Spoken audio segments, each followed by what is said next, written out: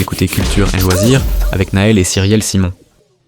Bonjour à tous, vous écoutez de l'émission Culture et Loisirs et aujourd'hui, chers auditeurs, nous sommes très contents de vous retrouver pour cette nouvelle émission, rubrique culturelle, une rubrique culturelle engagée et vous allez voir pourquoi.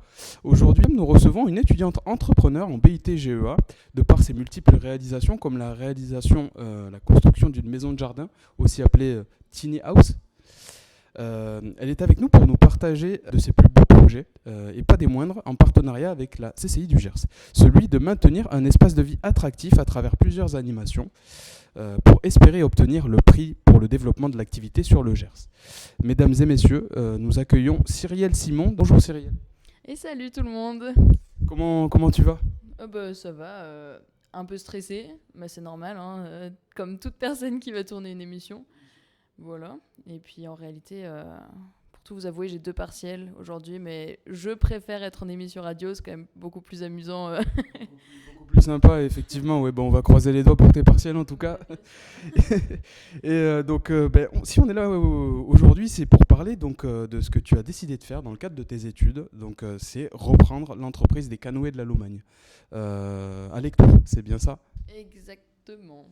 C'est assez fou, parce qu'à l'origine, il me semble que c'est Monsieur Terry, Jean-Michel Terry, qui a lancé ce concept il y a maintenant 4 ans, en 2022. Et Jean-Michel Terry, que nous saluons. Qu'est-ce qui t'a motivé, toi, Cyrielle, à contribuer au développement des loisirs sur la ville de Lectoure, particulièrement ? Lectoure, c'est une ville qui est très dynamique, mais... Il y a un mais, la population elle est vieillissante et donc en fait c'est un peu à nous les jeunes de prendre la relève, en tout cas de motiver d'autres à impulser en fait un nouvel élan. Et puis Lectoure c'est quand même riche en patrimoine, en culture, y a, au niveau gastronomique, beaucoup de restaurants, de cafés, de librairies, de brocanteurs bien sûr. Et donc en fait, il y a un vrai potentiel et c'est un pôle touristique hyper important l'été avec le camping, anciennement des Trois-Vallées qui accueillait plus de 3000 touristes par saison. Donc voilà, il y a beaucoup de diversité et un potentiel énorme. C'est des points de vue de nature riches. Et donc je me suis dit, c'est le lieu parfait pour s'implanter et quelque part, en fait, le hasard a bien fait les choses. Ça aurait pu être ailleurs. J'aurais peut-être repris l'entreprise ailleurs, mais là, je me dis, c'est juste le must, quoi. Ouais. C'est parfait. Et puis, c'est un pôle qui est très attractif et qui est propice, du coup, au développement de l'activité des canoës et kayaks. Et donc, tu es très motivé, et ça, on le voit particulièrement dans ta dynamique, puisque tu as, si tu me permets d'en parler, fondé l'entreprise Abilia, c'est bien ça, ouais, donc il y a quelques années, où tu as mené donc, une étude sur les besoins des seniors. Ces besoins-là qui démontrent après des sondages qu'en effet les seniors cherchaient dans les petites villes à s'intégrer dans une dynamique sociale et inclusive en ayant à proximité plusieurs services et activités, et je pense que le canoë en fait partie.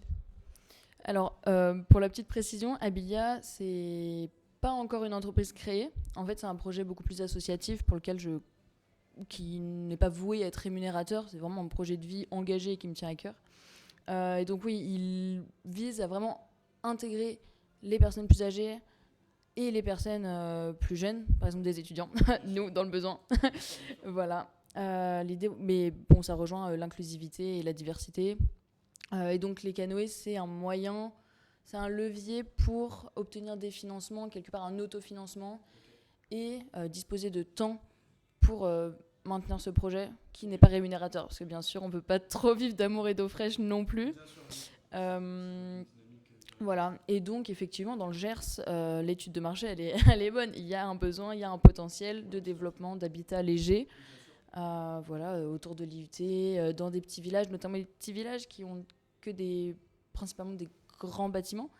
Or, il y a de plus en plus de familles monoparentales et donc des gens qui ont aussi moins de pouvoir d'achat, qui ne peuvent pas se permettre des loyers énormes. Donc en fait, il y a beaucoup de lieux où ce projet pourrait s'implanter effectivement. Tu as tout à fait raison. C'est un objectif de la ville de Lectoure. On espère que ça va se développer comme tu le souhaites sur les horizons des prochaines années. Le concours pour remporter donc, le prix coup de cœur du public sur l'activité du canoë est désormais lancé. Alors Cyrielle, est-ce que tu peux nous dire comment les auditeurs qui vont nous écouter, ainsi que les utilisateurs d'Instagram, peuvent aller sur la vidéo pour t'encourager dans les votes du concours de la CCI? Alors, pour ceux qui sont en voiture, déjà, misez sur votre mémoire. Et pour ceux qui peuvent avoir un crayon et un papier, eh ben, à vos notes. Eh ben, vous pouvez écrire sur YouTube concours CCI, c'est dans la boîte 2026.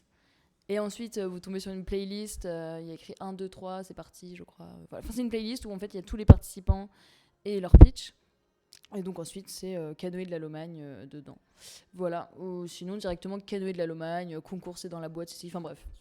Voilà. Un petit like et ça équivaut à un vote, c'est ça?